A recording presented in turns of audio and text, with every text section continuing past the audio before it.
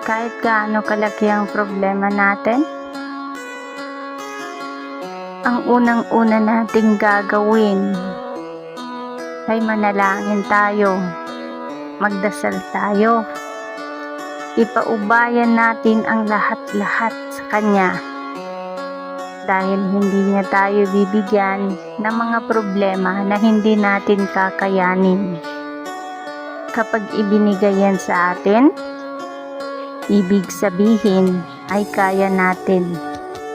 Sinusubukan ka lang kung paano mo ito malalagpasan. Ngayon, kung malalagpasan mo ng maayos, bibigyan ka niya ng isang mabuting gantimpala na magpapasaya sa iyo. At kapag nakamit mo ang mga yon, magpapasalamat